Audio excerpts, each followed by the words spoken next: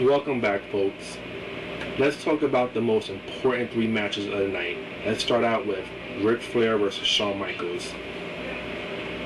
Unbelievable. Let me just start out by saying, I know I made a few comments about Flair being past his prime and how this may not be considered a dream match, but let me just say, I've been a Ric Flair fan. I've been watching Ric Flair since 1987. I've watched his NWA days. I watched him go at it with the American Dream, Dusty Rhodes, Magnum TA, Ricky Steamboat. I watched those matches when he was in his prime, and I was one of the lucky ones to be alive to see him wrestle in his prime like that. And even though Flair didn't wrestle a step or two, he was still phenomenal in this match. I mean, what an incredible story this match was. It started out slow at first, but then it gradually built up. You know, Shawn Michaels can carry anyone. Shawn Michaels has the heart of a lion. I mean, when he did that Asahi moonsault and missed and hit his ribs on the announcer's table, you knew right there and then he was legitimately hurt. He had to crack his ribs or bruise his ribs, and the man still kept going because this is Wrestlemania. This is Ric Flair's moment. He didn't want to let Ric Flair down, and wow, they went at it tooth and nail. Flair held his ground. Flair kept up with Shawn Michaels. Even though Shawn Michaels was hurt, Shawn did his thing. It was so beautifully done. I mean, the emotions, just the atmosphere. I wish I was in the audience to feel that atmosphere, but I felt it at home. I was so emotional. I mean, this was great. 5-star caliber match from start to finish. And let me just start by saying as well, you know, Ric Flair coming down, styling and profiling down the alleyway, and what a robe. Did you see that robe he had on? Classic Ric Flair, flamboyant, big, beautiful. The gay boy came out of me, I'm like, woo, fierce. I mean, seriously, that robe was awesome.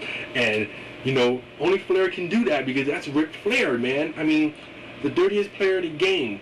The man that can do anything, you know. I wish people, I know a lot of people here on YouTube are young wrestling fans. They necessarily they hadn't really seen Ric Flair when he was in his prime. But wow, man, to experience that and see what Flair did, whew, amazing. But yeah, this matchup had everything you want in a matchup. It told a great story. And you know, the first time Shawn went for the super kick, he was hesitant, and then Ric Flair capitalized on that, did the figure four on him. I mean, it was sweet. And like when at the end of the match, when Shawn went, you know, he goes, what did he go? What did he say? It was, he goes, I love you, Flair, and it's like the emotions that he said. I mean, the look on his face, Shawn looked just so anguished. He did not want to put Flair away, but he had to do what he did. And at that moment, I'm like crying, like, oh, I'm like. I couldn't help it. I'm an emotional guy. I was just going off. I mean, I was crying. And then after he pinned him, he held him, and he said something in his ear. And I mean, what a incredible match. You know, those people should have been standing and applauding and giving him even more ovation. I mean, Flair deserves everything. He deserves everything. He gave so much to this business. He done so much for this business.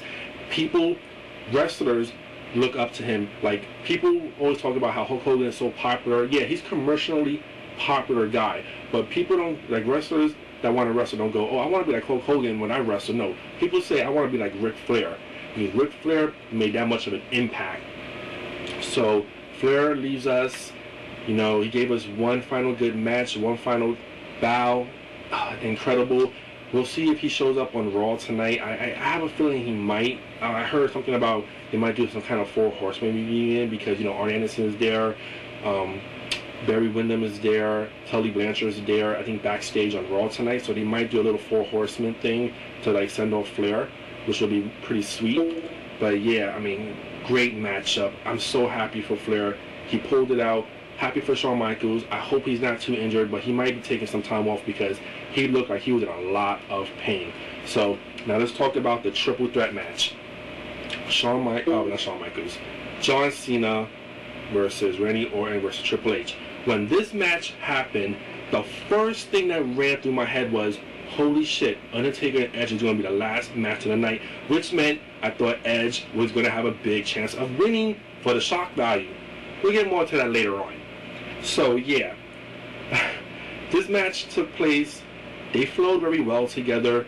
They did a good job countering each other's moves. Say what you want about John Cena. Yeah, everyone knows he can't wrestle, he sucks, blah, blah, blah.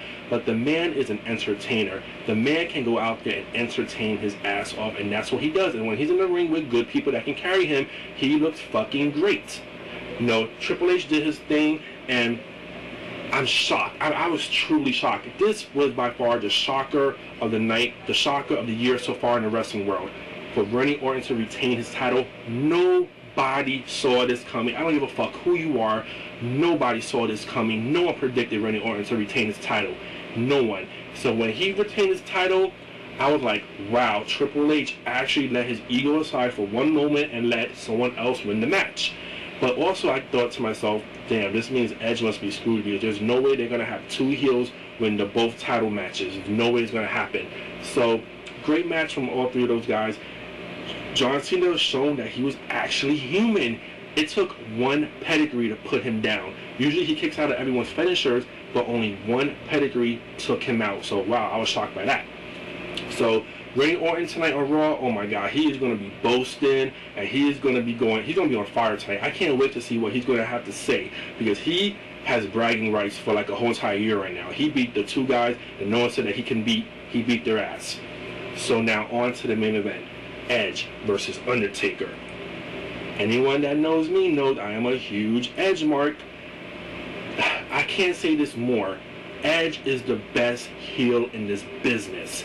Now, that's very debatable because some people still cheer for him, which is why I thought Undertaker should have put him over, because this would catapult him to a higher level. This would make him even more of a heel. But going into the match, it started off slow.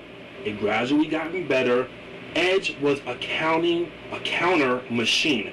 He countered the chokeslam with a DDT. He countered the last ride with a neckbreaker. He kicked out of the fucking tombstone. How many heels kick out of the tombstone, people? Come on. Edge fought like a fucking tiger. He fought like a champion. He fought Undertaker hard. He gave Undertaker all he had. And that match was fucking phenomenal, because my heart was racing at one point. I'm thinking, wow, Edge might actually have a chance to do this. But then I kept thinking to myself, this is WrestleMania. WrestleMania is for a face to win, especially the last match. So my hopes was dashed. He got into that triangle chokehold. Done, over. Undertaker now is a champion again. I'm sure he's going to have a long, lengthy title run. This might be his last title run before he retires. So yeah, more power to Undertaker. But I still thought this should have been Edge's night. Randy Orton should have dropped the title. Edge should have retained the title. But like I was saying, what a great WrestleMania this was. Excellent, phenomenal. It had everything you want in a WrestleMania. Suspense, action, surprise. It had the entertainment value. It had everything you want in a pay-per-view. This by far was the best pay-per-view of the year, of the past 5 years. It beat any TNA pay-per-view. It beat any ROH pay-per-view. Yes, I liked it Man Up, but guess what? WrestleMania 24 beat Man Up, in my opinion. So, to all you out there, I urge everyone to get this DVD. When WrestleMania 24 comes out on DVD, get this. This is priceless. This will go down, in my opinion, as one of the top 5 WrestleManias of all time. And I truly believe in that. So, there's my WrestleMania 24 review. Hope you all enjoyed it. Comments. Let me know what you think. Take it easy, and can't wait to see Raw tonight. Peace.